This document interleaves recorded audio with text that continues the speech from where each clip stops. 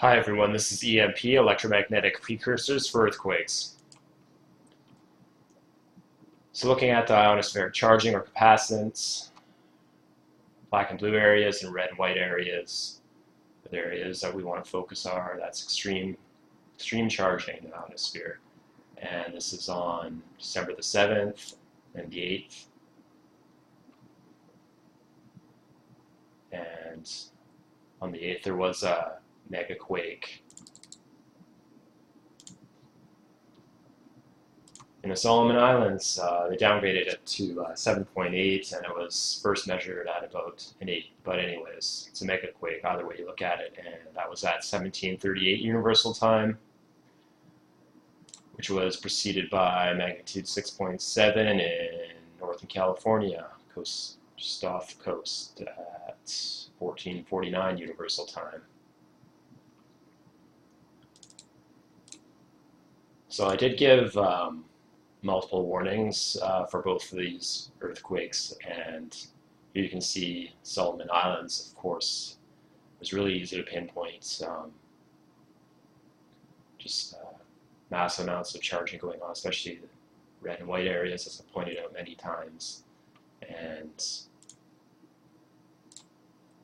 light blue over the US. So I gave at least a couple days warning for both of these earthquakes, and here, whenever I see the red and white areas even come close to the US, I warn for those areas as well, and you can definitely see why. Now,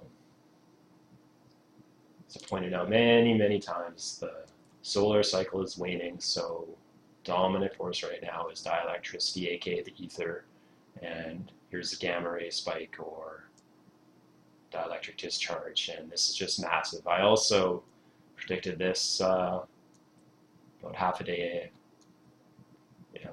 in advance before the data updated on the 8th, but here's at about 1300 a huge discharge or neutron spike at about 1305 Universal Time, and you can see on the reaction on Beijing's magnetometer. So just after 1300 we get these massive magnetic disruptions going off, and also in New York you can see on the 8th here at about around 500 Universal Time, 0500, multiple spikes there, and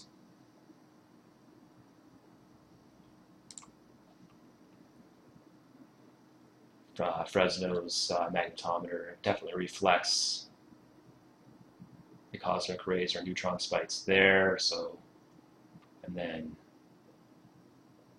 just after 1300 was a huge dielectric discharge or gamma ray spike, and just before 1500 there's another bump there, and we had the earthquake there. So also looking at Charter Towers, Australia's magnetometer, just after 1300 Universal Time, and we have this huge magnetic disruption there, and then 1730 we had the earthquake. So there was definitely some time delays. I remember you get these delayed reactions from the dielectric discharges or neutron spikes due to solar transformer action. Now looking at the auroral electrojet in Kyoto, Japan, and so this is showing the effect of solar induction,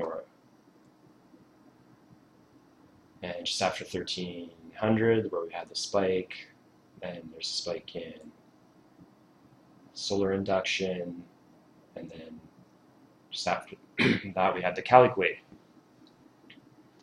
And then a huge spike here, reaching 1,000 nanoteslas, and then just after 1730 Universal Time, and then we had the Solomon Islands go off there as the solar induction goes up a little bit. So there's virtually always more than one electromagnetic precursor, and I think that really shows instantaneous action at a distance. And you can see that where the magnetometers are definitely responding here in Beijing, and so this is New Zealand. You can basically see the same thing here as well.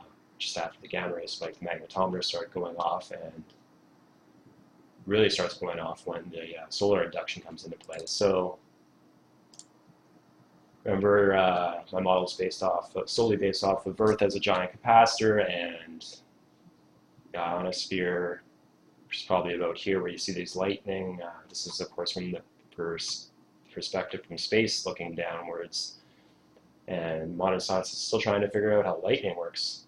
They really don't even understand that yet. It's because the solar circuit is connected to the ionosphere and the magnetosphere, and the solar circuit is connected to the galactic circuit, and that's where all these gamma rays, aka dielectric discharges, come in. And where these circuits end is anybody's guess. They could go on forever, as far as we know, for most likely do. And like I've said before, it's not really a speed of light. There's things in the universe like the dielectric force, which modern science still is completely clueless on, acts instantly because that is in its nature to do so. It doesn't need an accelerator. The secret is dielectric capacitance, which is completely impossible to measure or quantify because it is 100% completely non-physical. And modern science only understands things in terms of duality or physicality. Anyways, that's all I have to show you guys for now. This is E.M.P, Electromagnetic Precursors for Earthquakes. Thanks for watching. Take care. Bye.